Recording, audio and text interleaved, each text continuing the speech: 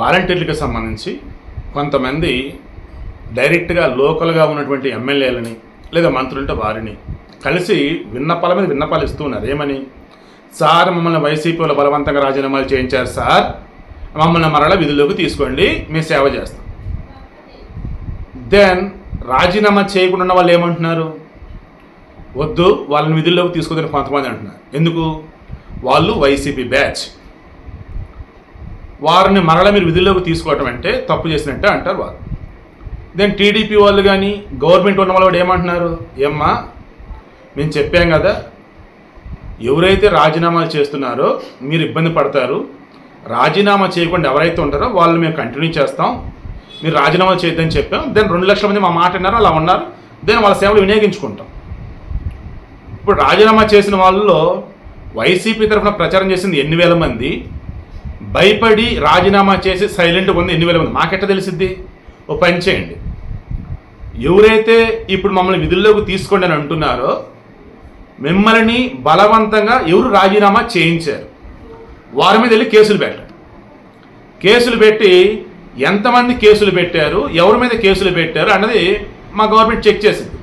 Check చేసి అప్పుడు జెన్యూన్గా ఉన్నటువంటి వాళ్ళని మేము మరలా విధుల్లోకి తీసుకోవటం ఎలా ఏంటో మేము అప్పుడు ఆలోచిస్తాం, ముందు మీరు వెళ్ళి కేసులు పెట్టండి, మీ చేత బలవంతంగా రాజీనామా చేయించిన వాళ్ళని అన్నారు. నేను ఓపెన్గా ఇప్పుడు చెప్తున్నా, ఏ రాజకీయ పార్టీ వాళ్ళైనా సరే, అందులో వైసీపీలు అసలు ఉద్దండులు అనుకోండి, ఎందుకంటే నా క్లోజ్ ఫ్రెండ్ సర్కిల్ కూడా ఉన్నారు అటువంటి వాళ్ళు ముందు జై జగన్ అంటారు, జగన్ ఏది చేస్తే అదే కరెక్ట్ అంటారు, వితండవాదం చేస్తారు. ఎంత అంటే నాకు విసిగి వచ్చి వాళ్ళతో మాట్లాడితే మానేసా. దెన్ అరే రాజకీయాలు అయితే అసలు మనం మాట్లాడుకోదురా, వేరే ఏమైనా మాట్లాడరని చెప్పేసి నా ఫ్రెండ్స్నే దూరం పెట్టాను. అఫీషియల్స్ అయినా సరే నాతో డిస్కస్ చేస్తున్నప్పుడు జగన్ బాగా చేస్తున్నాడంట కదండి, మరలా జగనే వస్తున్నాడు అంటున్నారని అంటే, సార్ జూన్ 4 తర్వాత మాట్లాడుకుని ఇప్పుడేం వద్దు, బట్ నేను చెప్తున్నా జగన్ ఘోరంగా ఓడిపోతాడు చూసుకోండి అన్న. అలాగే ఓడిపోతాడండి, అంత మంచి చేస్తాను మరలా చెప్పారు. డిస్కషన్ వద్దు, జూన్ 4 తర్వాత మాట్లాడదాం అన్న. ఇలా నేను చెప్పినటువంటి వాళ్ళల్లో జూన్ 4 తర్వాత రిజల్ట్ వచ్చాక జగన్మోహన్ రెడ్డి ఘోరంగా నేను చెప్పినట్టుగా ఓడిపోయినాడు.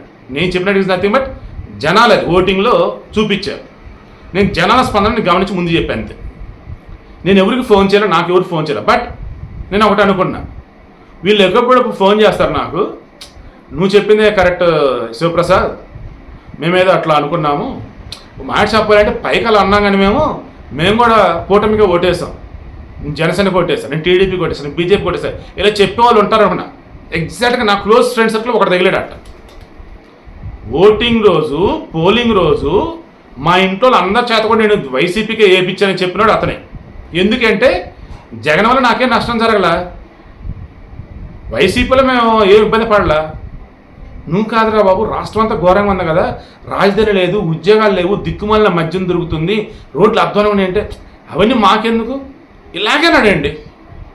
తీరా టీడీపీ వింగ్ కూటమి వచ్చిన తర్వాత, జగన్ ఘోరంగా ఓడిపోయిన తర్వాత ఇంకెక్కడ ఇన్వెస్ట్ చేయాలి, దానికి డబ్బులు ఉన్నాయి, ఆ డబ్బులు ఎక్కడ ఇన్వెస్ట్ చేయాలి అనుకున్నప్పుడు ఇట్లా ఏపీ వెళ్తుంటే అమరావతి ఏరియాలో ఇన్వెస్ట్ చేయడానికి వెళ్తున్నాడు. రేపు రోజు మరలా మీ ఓడి వస్తే ఏంటి సంగతి అంటే ఒకటే అన్నాడు, ఇంక జగన్ రాడు అన్న డైలాగ్ కొట్టలేక చంద్రబాబు నాయుడుతో మామూలుగా ఉండదు, అన్ని పక్క ప్లాన్డ్గా ఉంటున్నాడు.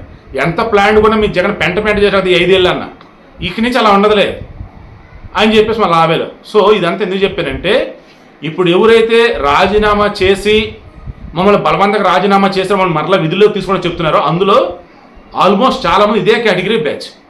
మనసంటే జగన్ ఉంటాడు, అయ్యో పాపం వైసీపీ ఓడిపోయిందని బాధ ఉండిద్ది వాళ్ళకి, కానీ ఇల్లు గడవాలంటే డబ్బులు కావాలంటే మరలా ఇది చేయాల్సిందే వాలంటీర్గా. అటువంటి వాళ్ళు మళ్ళీ అలాంటప్పుడు టీడీపీ అంత బ్లైండ్గా ఎలా వెళ్తారు? సో కేసులు పెట్టండి, మీ చేత ఎవరైతే బలవంతంగా రాజీనామాలు చేయించారు అప్పుడు వాళ్ళు కేసులు పెట్టగలుగుతారా? ఎవరైతే నిజంగా సాహసం చేయటం కానీ లేదా నిజంగా జెన్యున్గా వాడెవడో చెప్తే నేను రిజైన్ చేస్తే మరి కంప్లైంట్ ఇవ్వండి ఎట్లా అని చెప్పేసి కంప్లైంట్ ఇస్తారా? ఇవన్నీ చూసుకుని అప్పుడు వాళ్ళకి మేలు చేసే విధంగా గవర్నమెంట్ అడుగులు వేస్తుందని అనుకుంటున్నా. మరలా మీరు వైసీపీ మీద కేసులు పెట్టారని మిమ్మల్ని వేధిస్తారని మీరు అనుకోవాల్సిన అవసరమేలా. గవర్నమెంట్కి సెక్యూరిటీగానే ఉంటుంది, రక్షణగానే ఉంటుంది. ఇవన్నీ మాకు ఎందుకు రా బాబు, టీడీపీ గవర్నమెంట్ కదా, డిఎస్సి వదులుతున్నారు కదా, రేపు గ్రూప్ నోటిఫికేషన్ కూడా ఇస్తారు కదా, జాబ్ నోటిఫికేషన్ ఇస్తారు కదా, స్కిల్స్ సెన్సర్ లెక్కలు తీస్తున్నారు కదా, ఎవరికైనా స్కిల్స్ ఉన్నాయో చూసి దాన్ని తగ్గట్టుగానే వాళ్ళకి ట్రైనింగ్ ఇవ్వటమో లేదన్నప్పుడు ప్రైవేట్ కంపెనీలు జాబ్లు ఎదురు చేస్తా అంటున్నారు కదా, హ్యాపీగా చేసుకుంటాం బాబు. టీడీపీ వద్దు, వైసీపీ వద్దు, ఏ బొక్క వద్దు మాకు. ఈ దిక్కుమల రాజకీయ పార్టీలో మాకు వద్దురా నాయన. ప్రశాంతంగా మేము చదివిన చదువులకి ఉద్యోగాలు వస్తే చాలు, మేము చదివిన చదువులకి ఏదైనా పని దొరికితే చాలు, అది చేసుకుంటూ బతికేస్తాను అంటారా, హ్యాపీగా అలాగైనా ఉండండి. సో వైసీపీ వాళ్ళు ఆడే ఆట ఏదైతే ఉందో ఆ ఆటని ఈసారి టీడీపీ వాళ్ళుగా సాగనివ్వరు. మరలా చెప్తున్నా, క్లియర్గా ఒక విజయసాయి రెడ్డి కావచ్చు, ఒక అంబటి రాంబాబు కావచ్చు, ఒక తానేటి వనిత కావచ్చు, వైసీపీలో ఉండి ఎవరైతే వాలంటీర్ల గురించి బహిరంగంగా మాట్లాడారో అందరూ మాట్లాడింది ఒకే ఒకటి, వాలంటీర్లు అంటే వేరే ఎవరో కాదు, వైసీపీ సైన్యం, జగనన్న సైన్యం. వైసీపీని మరలా గెలిపించేది వాళ్ళే, జగనన్న మరలా గెలిపించేది వాళ్ళే. ఇలాగే అన్నారా లేదా?